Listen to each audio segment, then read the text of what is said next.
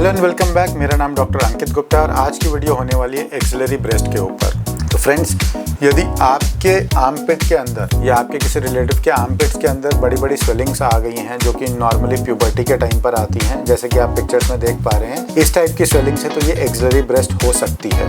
तो अगर आपको भी ऐसी कोई प्रॉब्लम है या आपके किसी रिलेटिव को ऐसी कोई प्रॉब्लम है तो ये वीडियो आपके लिए है। गाइस, मेरा नाम डॉक्टर अंकित गुप्ता है। मैं दिल्ली पीतमपुरा में panache hair laser plastic surgery में प्रैक्टिस करता हूँ और आज की जो वीडियो है वो एक्सिलरी ब्रेस्ट के ऊपर है। अब बहुत लोग नहीं जानते हैं कि ये जो प्रॉब्लम नॉर्मली प्यूबर्टी के टाइम पे यानी 10-11 की उम्र में आती है या कई लोगों को प्रेगनेंसी के टाइम पर आती है या फिर जब बेबी होता है और आप फीड कराते हैं उसको फर्स्ट या सेकंड प्रेगनेंसी के टाइम पे, ये एक एक्स्ट्रा ब्रेस्ट होती है और ये एक्स्ट्रा ब्रेस्ट आपके आर्मपिट एरिया में डेवलप हो जाती है, इसे एक्सिलरी ब्रेस्ट कहते हैं। तो इस चीज़ के लिए बहुत कॉमनली हमारे यहाँ सर्जरी होती है और आज की वीडियो में मैं आपको एक्सप्लेन करने वाला हूँ कि यदि आपको ये दिक्कत है तो कैसे इसका ट्रीटमेंट होता है और किन चीज़ों का ध्यान रखना है पहले और बाद में।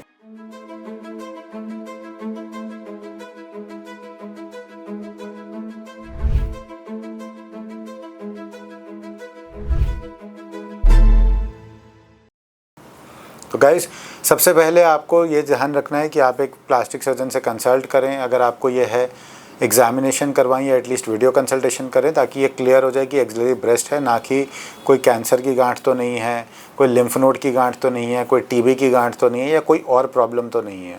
अगर इसमें ये आपको पीरियड्स के टाइम पे बड़ी छोटी होती है, प्रेगनेंसी के टाइम पे आई थी, दोनों साइड पर है, तो मोस्टली ये एक्सिलरी ब्रेस्ट होने की संभावना है।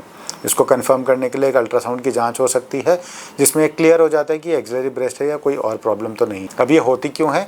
क्योंकि ये कई बार एट टाइम ऑफ बर्थ यानी जब आप पैदा होते हैं तभी हमारी एक मिल्क रेज होती है और उसके कुछ रेमिनेंट्स यानी कुछ अंश रह जाते हैं और जब ब्रेस्ट का साइज़ इंक्रीज़ होता है तो ये भी इंक्रीज़ होते हैं और एक्सिलरी ब्रेस्ट बना देते हैं।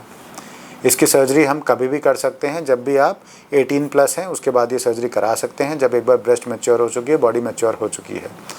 बेटर ये रहता है कि जब ये छोटे साइज़ में है तभी इसकी सर्जरी हो जाए क्योंकि तब तक स्किन एक्स्ट्रा नहीं बनती, और अगर स्किन एक्स्ट्रा नहीं बनती है तो प्लेन लाइपोसक्शन के थ्रू और बहुत ही छोटे से कट के थ्रू इस पूरी की पूरी गांठ को निकाला जा सकता है। एक बार ये गांठ अगर निकाल दी गई है तो ये वापस नहीं होती। यदि इसकी साइज़ काफ़ी इंक्रीज़ हो जाता है तो उसमें स्किन एक्स्ट्रा बन जाती है और केवल लाइपोसक्शन करने से इसका अंदर की चर्बी निकालने के बावजूद भी स्किन लटकी रहती है, तो एक लंबा कट देना पड़ता है और कट देने के बाद उसमें स्टिचेस भी लगते हैं।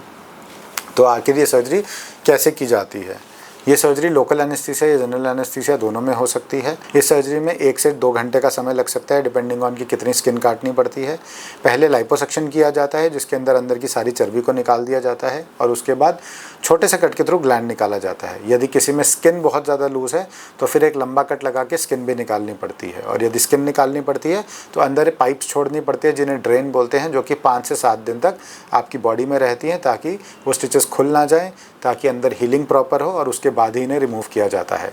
सर्जरी के बाद आपको प्रेशर गारमेंट पहन के रखने हैं फॉर अबाउट 1 मंथ और उसके अंदर भी थोड़ी स्टफिंग रखनी पड़ती है। तो यदि आप ऑफिस जाती हैं या आप अपने घर के काम कर रहे हैं या अगर आप कॉलेज में हैं या स्कूल में हैं तो ऐसी स्थिति में अराउंड 1 वीक से 10 डेज़ का ऑफ आपको लेना पड़ सकता है। सर्जरी पेनलेस रहती है जब की जाती है। हाँ, लोकल एनेस्थीसिया में अगर कराते हैं तो सुन करते समय दर्द ज़रूर होगा, लेकिन जनरल एनेस्थीसिया में आपको पता भी नहीं चलता है। यदि केवल लाइपोसक्शन किया गया है तो उसका हार्डली कोई निशान रहता है, पर यदि स्किन बहुत ज़्यादा एक्स्ट्रा थी और स्किन काट के निकालनी पड़ रही है तो उसका एक पतला सा निशान आपके आर्मपिट्स के अंदर रहता है। तो ये था सारा ज्ञान एक्सिलरी ब्रेस्ट के ऊपर। यदि आपको या आपकी फैमिली में किसी को ये प्रॉब्लम है तो आप नीचे दिए नंबर पर कॉन्टैक्ट कर सकते हैं और आपको जो भी डिटेल्स हैं वो मिल जाएंगी। Thank you and have a nice day.